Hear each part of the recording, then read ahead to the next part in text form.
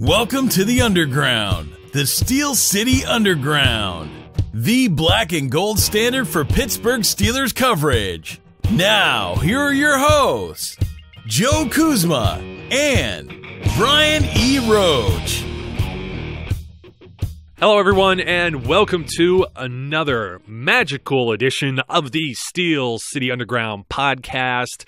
My name is Joe Kuzma, and the salt to my pepper is, well, virtually right next to me, Mr. Brian E. Roach. What's up, Brian? I'm pushing it. I'm pushing it real good. Oh, you just destroyed whatever else I was going to follow that up with. But, oh, man, I'll tell you, they were touring with, Vanilla Ice and some other 90s, groups were all together. Somehow Boyz II Men got stuck in one of these tours. I'm like, Boyz II Men is so much better than, don't put them with, an MC Hammer or whoever else you're trying to drag out from obscurity. That's not right. They are so much more than that. They're not deserving. That's beneath them, I would say. But alas, I wanted to say Freak, but that was TLC, and that's going a little later in the in the music spectrum there into the 90s. But a lot of people freaking out about various things occurring, all these off-season, we got to make up things to talk about. I'm not making up anything to talk about, although I think we do every single time we do a show, whether it's during the season or not. Yes. But I like to think that we make good points, and thank you, everyone, for returning and listening to us as well, which has actually been very strong during the off-season. A lot. Our numbers have been outstanding, so we do appreciate it. Thank you all. Yeah. I want to tell everybody to not freak out. There's a few things that Mike Tomlin just had a press conference, and he was asked about Vance McDonald being in sweats, and some people started freaking out because Vance McDonald has had an injury history. But I don't remember anyone freaking out when James Harrison was in sweats for an entire training camp and didn't get any repetitions or anything. I don't remember that being a thing. I remember people freaking out when Marcus Wheaton left the field in camp, hobbling, as they were saying. Even the beat writers took the bait on that. And then immediately after, Tomlin said that he had broken his shoelaces or whatever on his cleats. Well, if you've ever done that, if you ever played any sports where you've worn a special type of shoe in order to do so, and you break your laces, heck, even if you don't and you're not running around, you can't walk. It doesn't work that way. So Tomlin blew off the Vance McDonald thing. And then, of course, you got all of the hoopla with Le'Veon Bell. Oh, now it's $14.5 million, Brian. That's 17. Bargain. Yeah. Home team discount. That's your home team discount. And we'll see.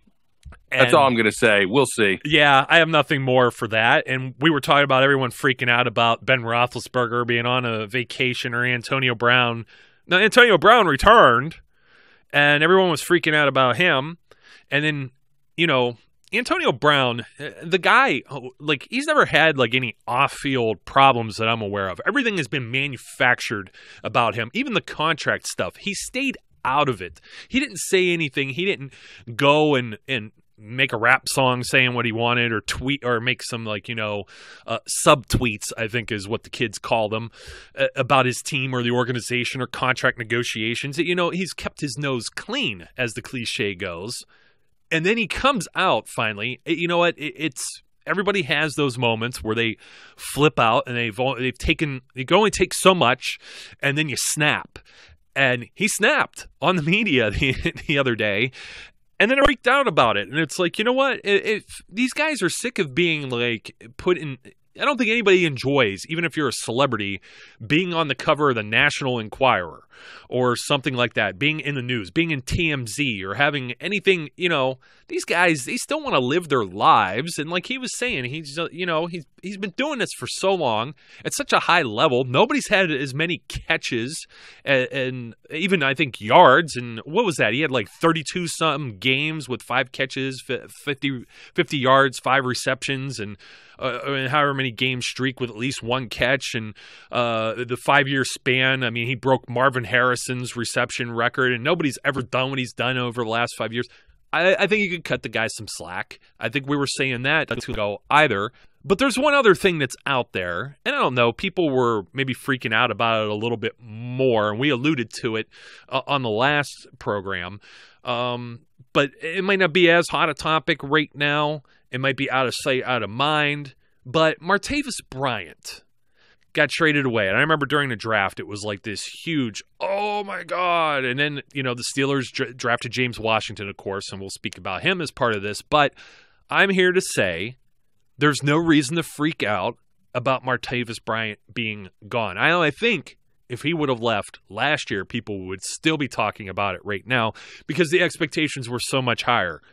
This year, I think he's easily replaceable when you look around the roster.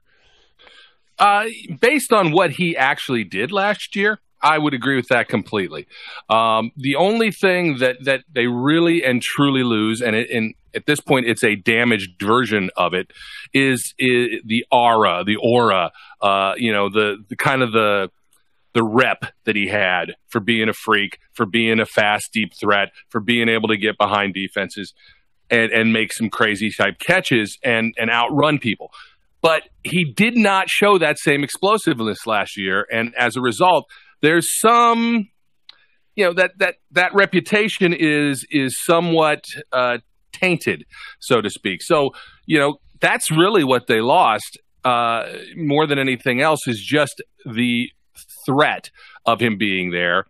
And I don't know that was even that big a deal at this point.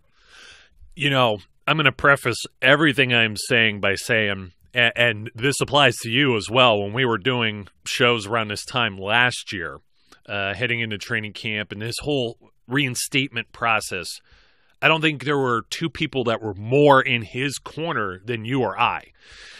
And absolutely. The reason I say that is because I know I'll catch some criticism for mentioning the suspensions and mentioning that there could be a problem. I'm not saying the guy's going to fail a drug test, miss a drug test, get suspended again. I'm not saying, he's been on the straight and narrow. But it doesn't take, just like Josh Gordon, these guys are on the radar 24/7, 365, because they have been so far down the road in this process, it can't blink without facing a possible suspension. That's one thing I think the Steelers aren't going to miss, is whether or not Martavis Bryant would be available to them. I think another thing was the few social media rumblings last year, and we don't know what goes on behind closed doors, but there was the rumor of him asking for a trade last season when JuJu started to get some more snaps. And the odd thing was that Bryant, before the squeaky wheel became squeaky, he was getting quite a bit of reps, and he hadn't played football in like 16 months, an actual NFL game, 17 months, something crazy, going back to the previous postseason. So there may have been some rust there. As we know, Ben Roethlisberger, 5 weeks into the season, said maybe this gunslinger doesn't have it anymore. He missed Antonio Brown. And what was that, the Bears game? I think he missed them in the Ravens, too, like 2 weeks in a row. And Ben hadn't thrown for 300 yards in like 11 straight games or something ridiculous was the number 2, if you go back and look at it, or maybe 1 out of 11 or something of that nature.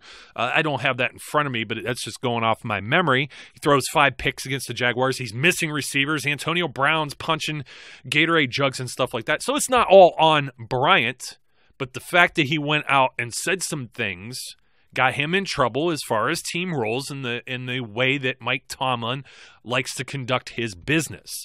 So the difference, I think, there is I don't really recall Le'Veon Bell crying about not getting enough carries or anything like that. He may have made a comment, or these guys say things when they lose because they're frustrated. Nobody likes losing. We don't like watching them lose. So imagine what would it be like to wear that black and gold uniform. So when you combine a few of these things going on off of the field of play, because I like to mention what really makes the difference between one NFL player to the next. Not a whole lot. You've got a lot of freak athletes, a lot of gifted athletes, guys that are strong, guys that are fast, guys that have a college education, guys that may have experience or may not. There are very few variables that differentiate one player from another. So when you start to put things down in the off-field column, the locker room problem column, that doesn't bode well for your continued employment within the league. Now, I wish the best of luck for and to Martavis Bryant here in the future, but the fact of the matter is, over the last few seasons, I think we have the rose-colored goggles on. It's like when some of us didn't want to see some players like Hines Ward, Heath Miller, Troy Polamalu retire.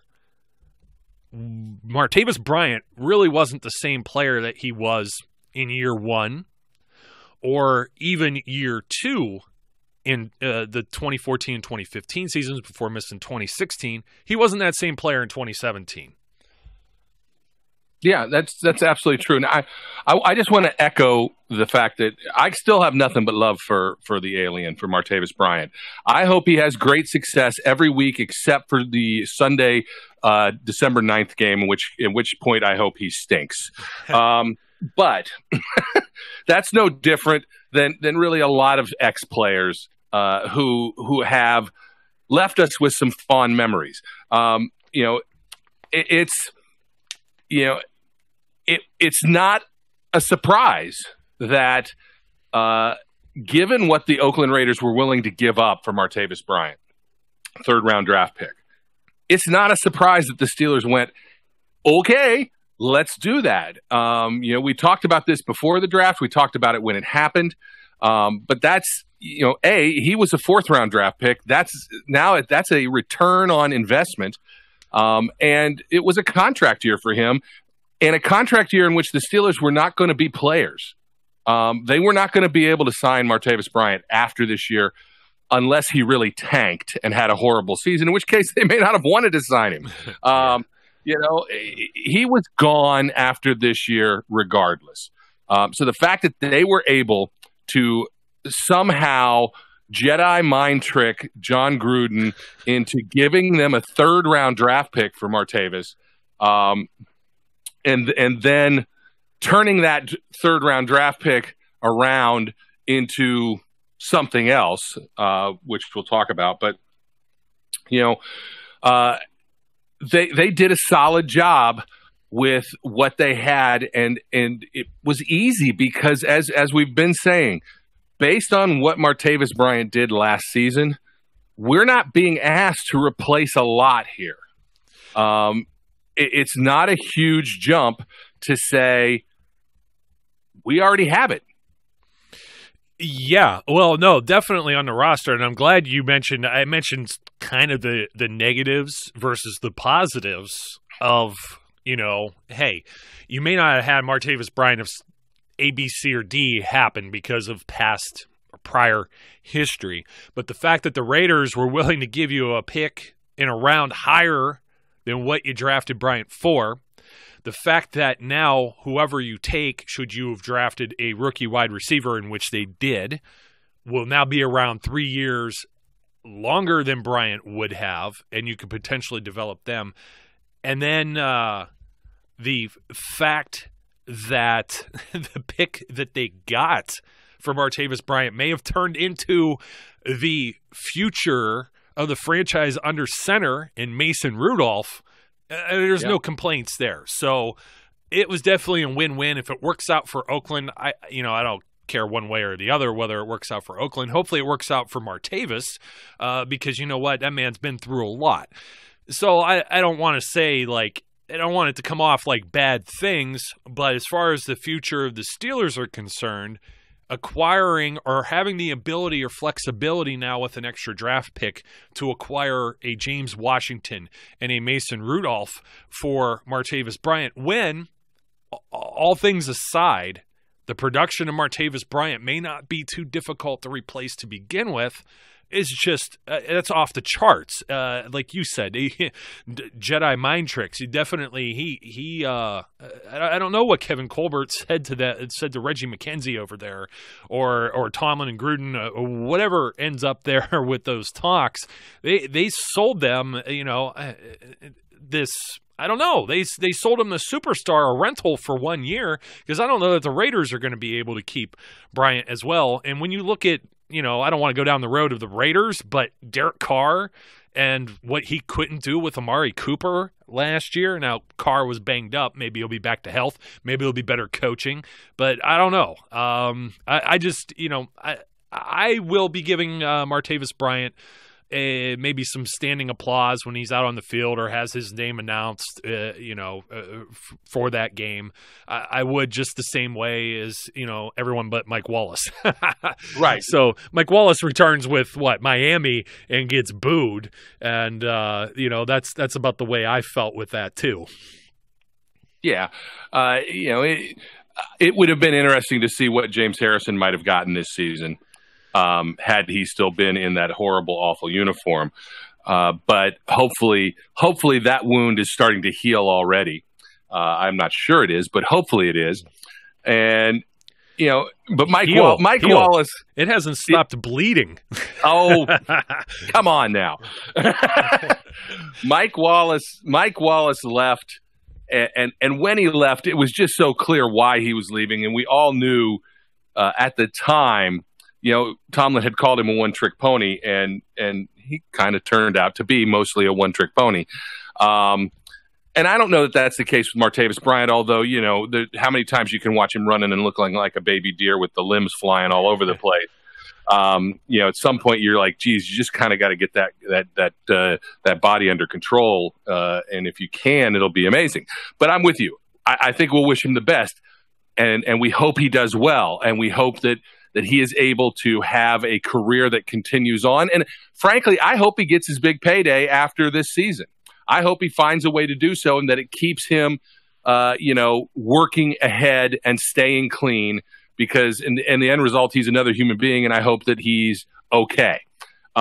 Just not when he plays the Steelers. But, agreed. The thing is, as we've been alluding to, when you think about what we're losing by having Martavis Bryant gone, and what we're gaining by the draft pick of James Washington, and what we may be gaining by having certain other players who were not available for the entire preseason training camp period last year, and who maybe this year, despite the drama of, he was in sweatpants today,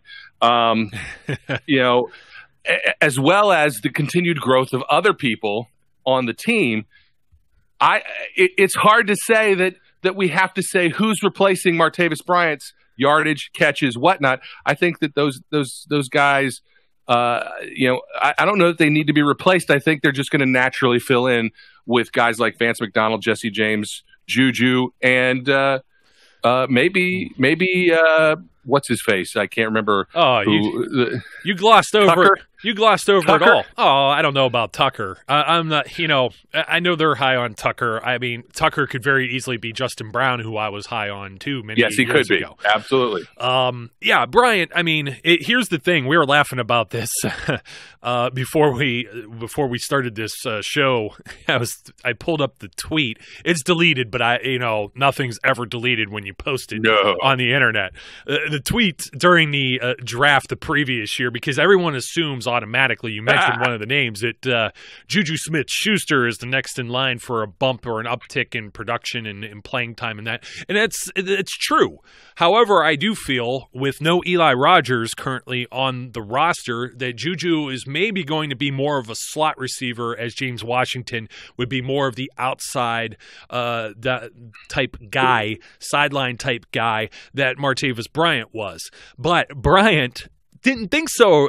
Well, he thought the same way, actually. He agreed with me back then, I guess.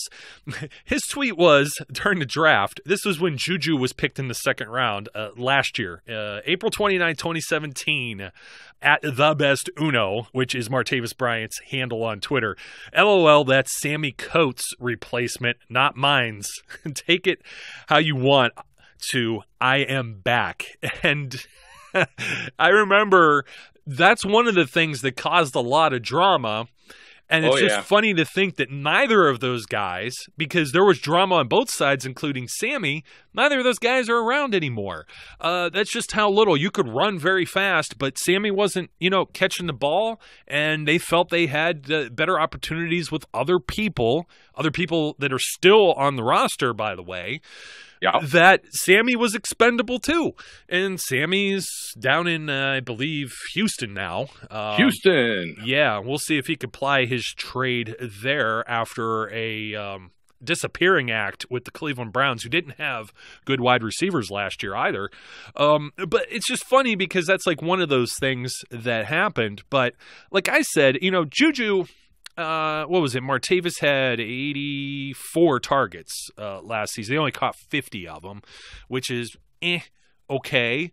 Maybe he could have done a little more. I don't know. But his yardage was way down from the previous year where he had 50 balls as well. He had 3 more touchdowns in 2015 and 162 more yards receiving. Also running the ball, he dropped from a 7.4 average. I mean, he did have that long a long run in one game or two, but I mean, it went from 7.4 to 3.7 from 5 attempts running the ball for 37 yards to 6 for 22, which wasn't very good. So even that trick, that gimmick had outstayed its welcome.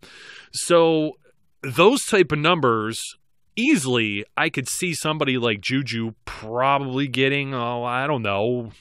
Let me see how many targets JuJu had. But I seriously think he, let's see, 79, and he caught 58 of them. So a much better catch percentage, 73.4%, where Bryant was hovering just below 60. JuJu had 7 TDs. And that might be about where he's at when there's an Antonio Brown on the other side of the field. We're talking about a wide receiver 2 here.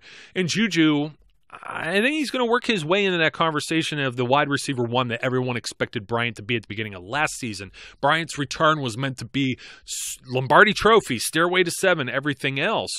But if JuJu is going to be more of a slot guy, or I think you're going to see all of these guys all over the place. It's one of those things. It's just Coach Tomlin and his staff, they love versatility. There's some others that are hanging around.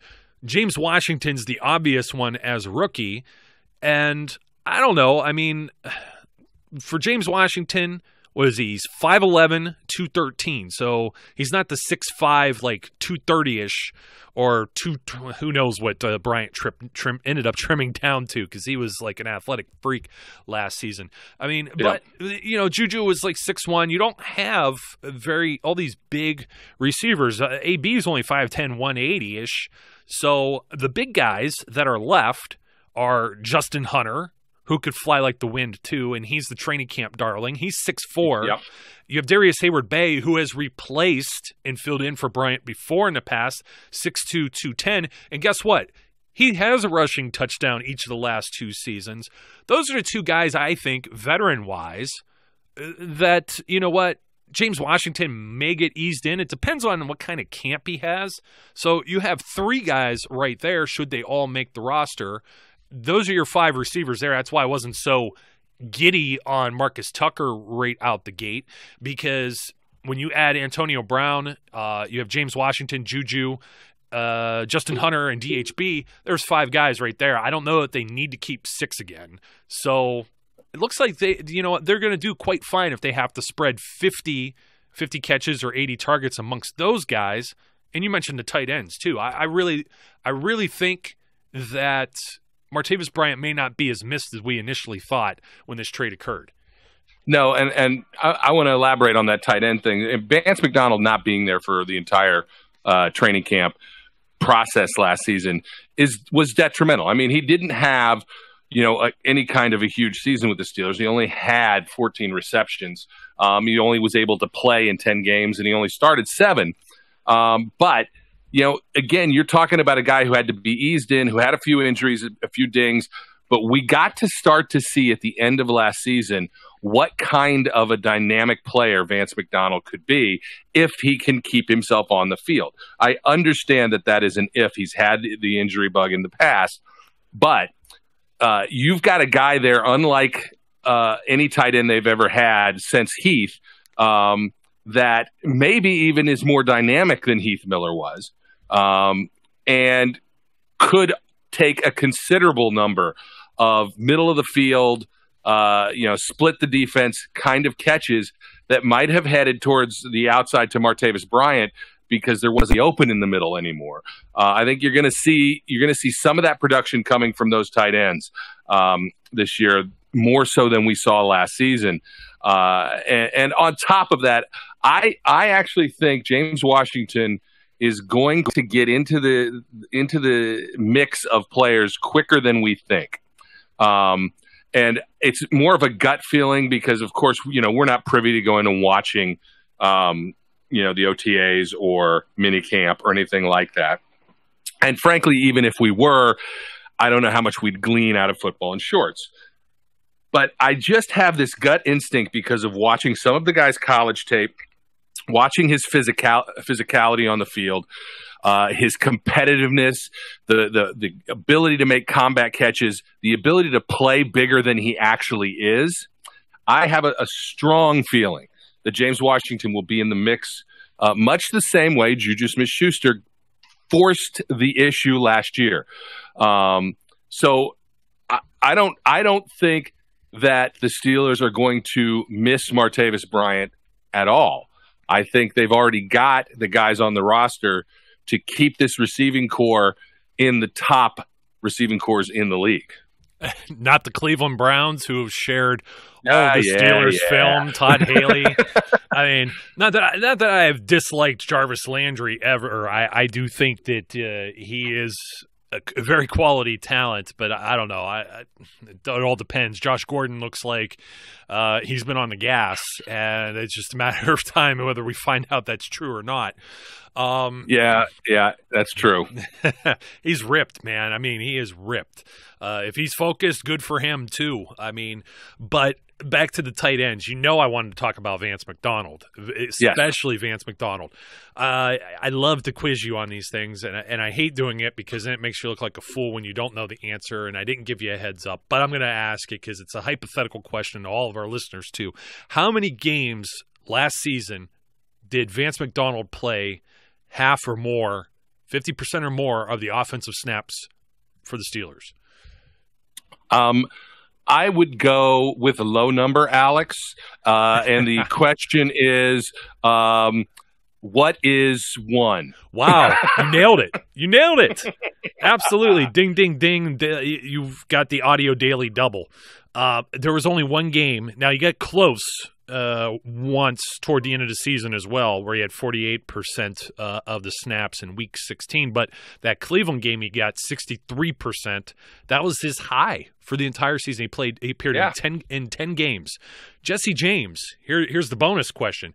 How many games did Jesse James play 50% or more of the snaps? I'm going to go with 12.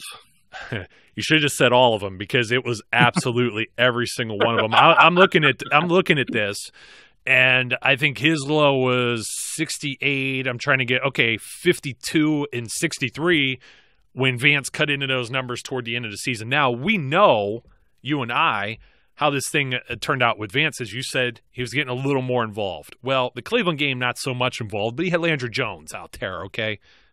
What did I just say that? Anyway, he had two targets go his way, caught a ball for 5 yards. But the previous weeks, when he was out there, he got to play against the Ravens at home. He caught 4 balls, actually twice, and then the Texans on Christmas, he caught 4 balls for 52 yards in both of those games. But he missed the big one in the middle where Jesse caught it. Obviously, I will remind everyone of that. But here we talk about those 80 or so targets that were Martavis Bryant's in 2017. Do you think a guy that was targeted 16 times and caught 10 of them for 112 yards in the playoff game might make up for some of that lost time? I don't see him getting 16 targets every game, but he could hit double digits 2 or 3 times in a year easily, and all of a sudden you're looking at, he had 24 the entire year in 10 games. Give him the other 6 games and say 3 of those, he gets 30. He's already doubled the amount of looks that he's getting. And if he has a full camp and full off-season workouts and he gets to work with Ben, and Ben's not on vacation, he's actually there, this will be just I'm very high on him. He's fast. I know that maybe he's not the same type of blocker, but he is a much more athletic guy. I don't have a problem with Jesse James at all. Jesse James is like the guy who does the dirty work, doesn't say anything, and just does his job to the best of his ability. He doesn't necessarily have the yak or the yards after the catch or the blazing lightning speed. If he did that, he wouldn't have been a 5th-round draft pick to begin with. Yep. But he's more than capable. He learned under Matt Spaeth. He learned under Heath Miller. He had that experience when he was a rookie, and he's developed. And when you put him and Vance both out there, I like that too. That's got me salivating. And you never know what's going to happen with the X-Man or whatever. He's shown some splash here or there as well. So I think there is – it's Randy Fichtner. This is a whole new ballgame here. So I think the Steelers have been looking – I was very high on Ladarius Green before. And I think like Ladarius Green, Vance McDonald's a guy that can go down the field – a post route or whatever it may be, and Ben could hit him deep. And that's going to create some stuff for the guys that we're talking about, like a James Washington or a Justin Hunter, or I don't even want to throw the ball at Darius Hayward-Bay because you got to flip a coin as to whether or not he catches it. Sorry, DHB. We all know we love you. You're like the Ike Taylor of the offense. Except it's more important that you catch the ball versus Ike in most cases. But, I think that opens up things for all of them, let alone, remember Antonio Brown. Remember when the spotlight was too big for the wide receiver core, and all there was Antonio Brown in an AFC Championship game about 2 years ago, and you couldn't get anybody to do anything. And now you look around and it's like JuJu and James Washington and Vance McDonald and Jesse James. And I'll even throw Hunter and DHB into that. I really like all of that. I think that production is going to be enough to go around. The passing game may be better for it. You still got some other things that we don't know that are going to develop. Obviously, I think Le'Veon Bell will sign his tag and he'll be back. And, he caught 85 passes last year. I don't think he can catch any more than that. I don't think he's going to be a 100-catch guy. But they may work in somebody else into some of that. I don't know. Jalen Samuels might take a year or two for him, but maybe. He's a guy that can line up and has lined up everywhere, and all he did was score touchdowns in college. We don't know. I still don't know if James Conner can catch the ball or not, to be completely honest. I think he's more a change of pace type back to Bell. So Samuels may be a guy that gets out there on a third down. He's one of those H-back types. And heck, even Rosie Nix caught a touchdown pass. I don't think that's ever going to happen again, maybe. But, we'll just throw it and we'll put everything on the table here. So, we may have manufactured something that I was just criticizing everyone else about doing. We may have manufactured something with the freaking out about Martavis Bryant, but even if you did or you're a little bit concerned, don't be. There's no reason to pull out your hair or bite off all your fingernails. I think the Steelers offense will do just fine. I completely agree. There's too much talent. There's too much going on, and I just think it's a non-issue. Even so, if we can ease your mind in any way, shape, or form, take this to heart. They're not going to miss Martavis Bryant. And just to add, as I was having my nice, cool, tasty beverage, it's just water. I'm a big water guy, not into the pop. or soda, as some of you may call this delicious bubbly beverage elsewhere. But I get mocked. I get mocked out here in Jersey for calling it pop. Oh man, it is pop. That's all it pop. is. It's always been pop. It will always be pop. Yes, yes, definitely. Just the bonus of Marcus Tucker sneaking on a roster, just in case. DHB's in his last year. He has special teams value, but somebody else has special teams value. We shall see. Justin Hunter, I can't say had special teams value. He was definitely valuable in training camp, but like DHB's first year, DHB didn't see a lot of action his first year with the Steelers either, and they brought him back, and you didn't think much about it, and all of a sudden he parlayed the first 2 one-year contracts into what, like his 5th season now with the Steelers. So he's had a pretty good career in the Steel City. That might be Hunter's future as well, but Tucker. He's a smaller guy. He's 5'10", 190-ish, just under 200 pounds. He had a splash play in the preseason last year, if you recall. And Eli Rogers is still on the shelf somewhere out there. And we don't know what's going through the evaluations of the coaching staff. Obviously, Tucker has been hanging around. He's been a practice squad guy. I don't want to completely rule out that he wouldn't fill Eli Rogers' role if there is no Eli Rogers. But I always like to pump the brakes on even drafted guys. Anybody that's new, anybody that hasn't played like 2-3 years in the league. I don't like calling anybody a bust. I don't like saying they can't do this or that. But there's definitely something to be said about investment.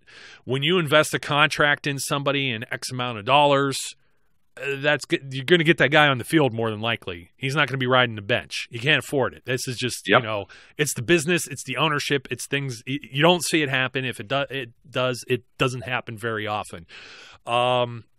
Draft picks, when somebody's taken higher in the draft. This is why you see first round picks last longer in the league and they bounce around. And who did I just see? It's like Drew Stanton still hanging around and Blaine Gabbert somewhere still. I forgot who signed him as a backup somewhere.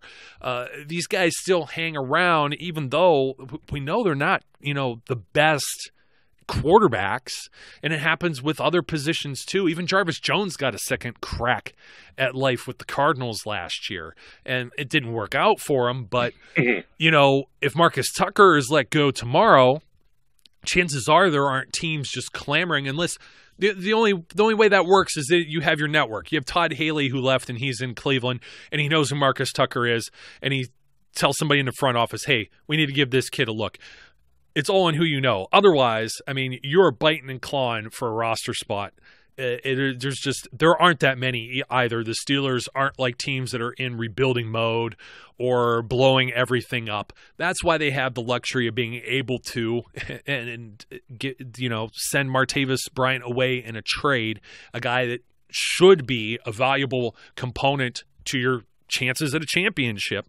But they're looking down the road at chances at a championship and making sure that this team doesn't have to go through rebuilding mode by adding guys like James Washington and Mason Rudolph. And even to that degree, Antonio Brown, like we said, he's no spring chicken anymore, man. He's been around. He was drafted in 2010. He's not exactly an old man, but he's becoming the elder statesman. July 10th, he's going to be 30 years old. So maybe he only has a few seasons left. I like what the Steelers have done here. I'm not too worried about it. Like you said, no one else should freak out about it. I think we got a done deal here. I agree. And before we get we do our big sign off, we brought up something last time around based on the whole eBay thing, and we decided to pay it forward in a way. Based on the kindness of one individual who bid on some eBay auctions. And we've had some folks email us and submit some nominations, but I think we kind of have to put together here an outline for stuff. So if you don't mind, I'd like to tell people about it. Yeah. I want to hear about it too. All right.